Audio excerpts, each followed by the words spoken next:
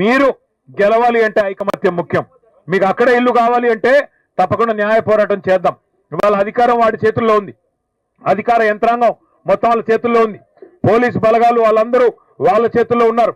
కాబట్టి ఇవాళ పేదవాడికి గొంతు లేదనుకుంటా ఉన్నారు.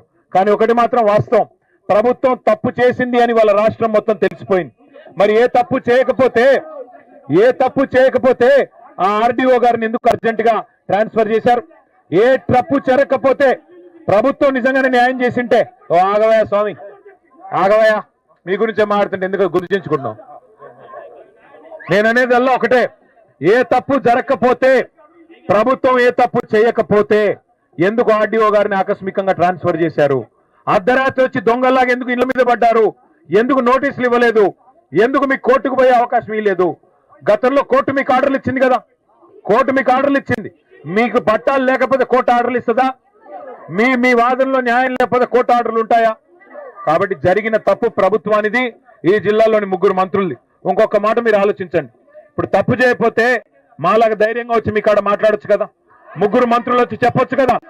తప్పు మీది కాబట్టే, ప్రభుత్వానిది కాబట్టే ఇవాళ 3 మంత్రులకి ముఖం లేదు. అందుకే నేను మీకు చేసే విజ్ఞప్తి, అసలు భూదాన్ అంటేనే, మళ్ళీ గుర్తుపెట్టుకోండి, భూదాన్ అంటేనే పేదల ఆస్తి. భూదాన్ అంటేనే పేదల ఆస్తి, పేదవాళ్ళ కోసం ఇల్లు కానీ వ్యవసాయానికి కానీ ఇచ్చే ఆస్తి భూదాన్.